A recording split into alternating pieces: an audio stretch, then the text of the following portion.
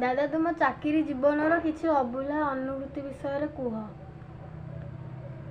अभूला अनुभूति अच्छी एवं आस शुणा 1994 मसीहा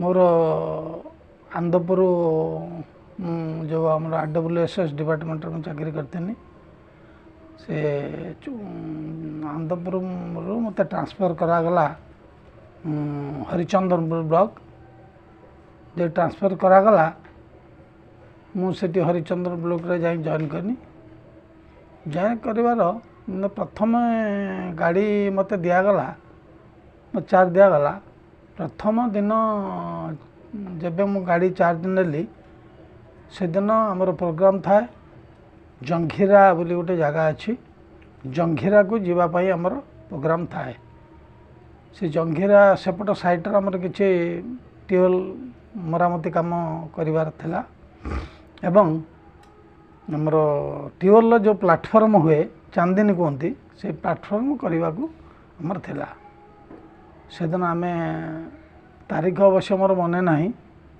से दिन आम 5 जन बाहरी थिलु आमर 4 जन स्टाफ ता भीतर आमर भीम भाई आओ विद्याधर जा आओ प्रफुल्ल भाई मिश्र बाबू आउ जन किए थिले रंजन कि भरत किए थिले मन नहीं आम प्रथम सकाଳେ आमर मंडल सार जन जाइए घर आनंदपुर से मंडल सार आमर मत कहले सुधापाई बाहरलु से कहले से जो ट्यूबवेल प्लाटफर्म हम आमर केते 25टा कि 30टा प्लाटफर्म सीमेंट देले सीमेंट लोड है सीमेंट लोड करके आम बाहरलु बाहरला पिटापिटी बोली गोटे गाँ अच्छे से पिटापिटी गाँ पाखर आमर से जंगल आम बाली चिप्स मेटाल सब कलेक्शन करूँ कलेक्शन कर गाड़ी सब लदी आम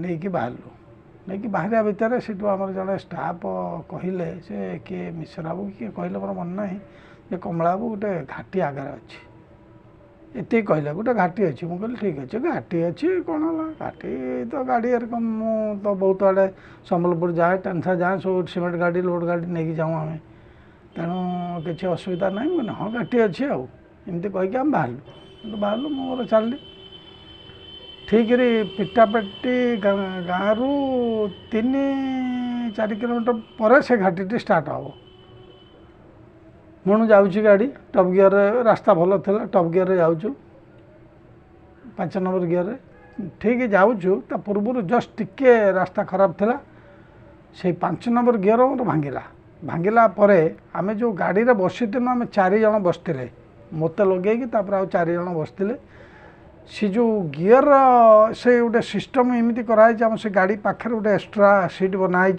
से जन बस बाकी 3 जन बसते आउ 3 जन कि 4 जन बसते से सीट पाखरे जे बसब ता 2 गोड़ मझे गियरटा रमती सिस्टम है ना जगह हेनी जाओ से तार बस आम जाऊँ तो टॉप गियरटा भांगला से प्रफुल्ल भाई बोली जड़े बसते मुझे तो कही प्रफुल्ल भाई गियरटा आगू को घाटी पड़ा तो गोड़टा तुम्हें काढ़ मु गियरटा पकेमी 1 नंबर पड़ो क्या गियर भांग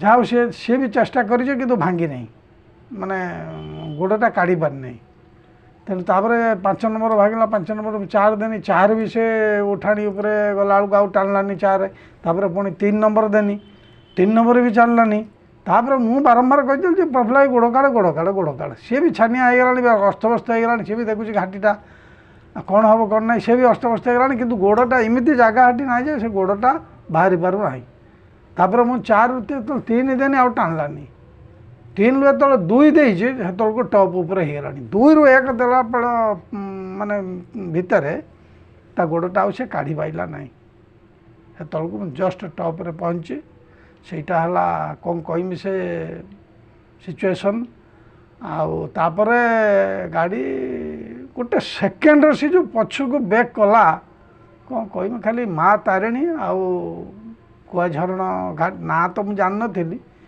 ଆଉ ମା ତାରିଣୀ କି ଆଉ ଠାକୁରଙ୍କୁ ଡାକିଛି, ବଡ଼ ଠାକୁରଙ୍କୁ ଡାକିକି ବ୍ରେକ୍ ମାରିଛି, ଚାରୁକି ଗାଡ଼ିଟା ସାଙ୍ଗେ ସାଙ୍ଗେ ଟପ୍ରୁ ଖସିଲା। କିନ୍ତୁ ଏମିତି ଭାବରେ ସେ ଖସିଲା, ଜଷ୍ଟ ମାନେ ସିଧା ତଳକୁ ନ ଯାଇକି ଏମିତି ବୁଲି ଆଇଲା, ମାନେ ବୁଲିକି ରାସ୍ତାକୁ କଭର ହେଇଗଲା ଗାଡ଼ିଟା।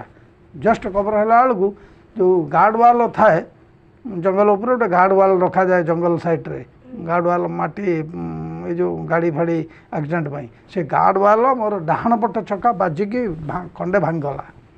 ଭାଙ୍ଗି ଯାଇକି ପୁରା ରାସ୍ତାରୁ ଏମିତି ଉହୁଳି ପଡ଼ିଲା ଗାଡ଼ିଟା, ଏ ଯେଉଁ ଚକାଟା।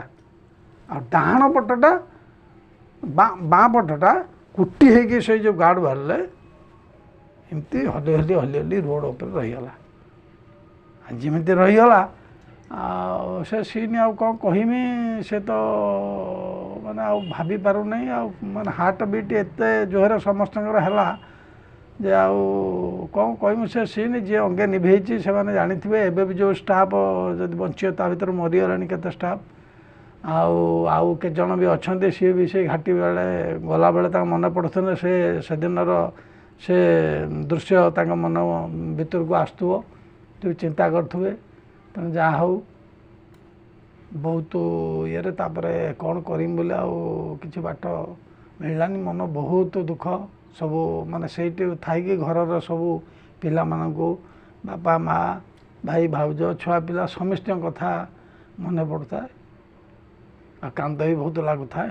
ଆଉ ସେମାନେ ବି ବହୁତ ଅସ୍ତବ୍ୟସ୍ତ ହେଇଥିଲେ। ସେ ବି ମୋତେ କହିଲେ ଯେ ଆମେ କହୁଥିଲୁ ଘାଟି ବୋଲି, ଆରେ ଘାଟି ପରେ ମୋତେ କହିଲେ ଯେ ଏଠି ବସ୍ ଯାଇପାରେନି, ମିନି ବସ୍, ଲୋକ ଓହ୍ଲାନ୍ତି, ଓହ୍ଲେଇକି ଘାଟି। ଆରେ ଏତେ କଥା ଯଦି କହୁଛ, ମୋ ଗାଡ଼ିରେ 10 15 20 ଟନ୍ 15 ଟନ୍ ଖଣ୍ଡେ ମାଲ ହେଇଗଲାଣି, 5 7 8 ଟନ୍ କି 10 ଟନ୍ ଖଣ୍ଡେ ମାଲ ହେଇଗଲାଣି। ତୁମେ ମୋତେ କହିଥିଲ ମୁଁ ଆରମ୍ଭରୁ ନେଇ ଆସିଥାନ୍ତି। ତାପରେ କିଛି ଅସୁବିଧା ନୁହେଁ, ତା ଗୋଡ଼ଟା ରହିଗଲା, ନହେଲେ ଗାଡ଼ି ଇଞ୍ଜିନ୍ ତ ଗିଅର ଯେତେ ବଡ଼ ଘାଟି ହେଉ ଗିଅର ଚେଞ୍ଜ କରିକି ବି ଲଗେଇ ହେବ, କିଛି ଅସୁବିଧା ନାହିଁ। କିନ୍ତୁ ତା ଗୋଡ଼ଟା ଯେହେତୁ ବାହାରିଲା ନାହିଁ, ତେଣୁ ଲଗେଇ ପାରିଲେ ନାହିଁ। ତେଣୁ ଯାହା ହଉ ଗାଡ଼ି ରହିଲା। ଯାହା ହଉ ଠାକୁର ଦାରୁ ପଛରେ 2 ଜଣ ମିସ୍ତ୍ରୀ ବସିଥିଲେ, ସେ ଡେଇ ପଡ଼ିଛନ୍ତି। ଯେଉଁ ଫାଷ୍ଟ ତା ସିଚୁଏସନ୍ ଦେଖି ସେ ଆଗୁଆ ଡେଇ ପଡ଼ିଛନ୍ତି। ଯାହା ହଉ ମୁଁ ମନେ ମନେ ମୁଁ ବି ଭାବୁଥିଲି ଡେଇ ପଡ଼ିମି, କିନ୍ତୁ ପୁଣି ଏଇ 4 ଜଣଙ୍କୁ ଅନେଇ ଦେଲା ବେଳକୁ ମୁଁ ଆଉ ସମ୍ଭାଳି ପାରିନି। ଠାକୁରଙ୍କୁ ଆଖି ବୁଜି ଦେଇ ଡାକିଛି, ମାନେ ମା ତୁ ଯାହା କରୁଛୁ, ପ୍ରଭୁ ଠାକୁରେ ତୁ ଯାହା କରୁଛୁ। ଯାହା ହଉ ଠାକୁର କୃପାଙ୍କର ମୁଁ ଏମିତି ବୁଲିକି ଗାଡ଼ି ରହିଗଲା। ପୁଣି ସେଇଠୁ ସେମାନେ କେହି ତ ଆଉ ଡର ଭୟରେ ଚଳିଲେ ନାହିଁ। ମୁଁ ପୁଣି ସେଇଠୁ 1 ନମ୍ବର ପକେଇକି ଉଠେଇନି ଗାଡ଼ି ସେଇଟା ଉପରେ, ଉଠେଇକି ତାପରେ କୁଆ ଝରଣ ପୁରା ସେ ଯେଉଁ ଘାଟି ଉପରକୁ ଗଲି, ସେଟା କୁହନ୍ତି କୁଆ ଝରଣ ଘାଟି। ଏବେ ବି ସେ ବିଷୟରେ ସେତେବେଳେ ଜିନିଷ, ସେ ଘାଟି ମାନେ ଓଡ଼ିଶାରେ ଏତେ ବଡ଼ ଡେଞ୍ଜର ଘାଟି କେହି ବି ଜାଣିନାହାନ୍ତି, ବହୁତ ଲୋକ ଜାଣିନାହାନ୍ତି। ସେ ଗୋଟେ ଗାଡ଼ି ଲୋଡ଼ ଗାଡ଼ି ଫାଡ଼ି ଆଗରୁ ଯାଏନି। ଆଉ ଏବେ ବି ତାକୁ ମରାମତି କରିକି ରାସ୍ତାକୁ ଲେବଲକୁ ନେଇ ଆଇଲାଣି। ମୁଁ ତ ବହୁତ ଦିନ ହେଲା ଯାଇନି, ବର୍ତ୍ତମାନ କ'ଣ ସିଚୁଏସନ୍ ମୁଁ ଜାଣିନି। ଯାହା ହଉ ସେଦିନ ସେ ଉପରକୁ ଗଲା ପରେ ସେ ଘାଟି ତଳେ ମା କୁଆଝରଣ ମା ଅଛନ୍ତି, ପୂଜା ପାଉଛନ୍ତି। ସେ ଘାଟି ପାଖରେ ଯାଇକି ମୁଁ ଗାଡ଼ି ରଖିଲି ତଳେ, ରଖିକି ତାଙ୍କ ପାଦ ତଳେ ସିଧା ପଡ଼ିଗଲି। ମାନେ ମା ମୁଁ ତମ ଘାଟିକି ମାନେ କରିଛି, ଆଉ ତେଣୁ ମୁଁ ମନେ ମନେ ଭାବିଛି ହଁ ଗୋଟେ ଘାଟି ଅଛି, ମୁଁ ଚଲେଇକି ନେଇଯିବି। ଯାହା ହଉ ମୁଁ ଭୁଲ ହେଇଯାଇଛି, ମୋ ଦୋଷ କ୍ଷମା କର। ଆଉ ମୋ ଛୁଆ ପିଲାଙ୍କ ମୁହଁ ଯାହା ହଉ ମୁଁ ଦେଖିପାରିବି, ଏତିକି ଦୟା ମନ କର। ଯାହା ହଉ ପ୍ରଭୁଙ୍କର ସେ କୃପା, ପ୍ରଭୁ ବଡ଼ ଠାକୁରଙ୍କର ସେ କୃପା, ମା ତାରିଣୀ ମା କୁଆଝରଣଙ୍କର କୃପା ବଳରୁ ଆଜି ତମମାନଙ୍କୁ ବି ମୁଁ ଦେଖିପାରୁଛି, ତୁମ ସାଙ୍ଗରେ ବସିକି ଆଲୋଚନା ବି କରିପାରୁଛି। ଏଇଟା ଗୋଟେ ସବୁଠୁ ମୋ ଜୀବନରେ, ମୋ ଚାକିରି କଲା ଜୀବନରେ 37 38 ବର୍ଷ ଏନାମର ପିରିୟଡ଼ରୁ 40 ବର୍ଷ ଚାକିରି କଲା ଭିତରେ ବଡ଼ ଅନୁଭୂତି।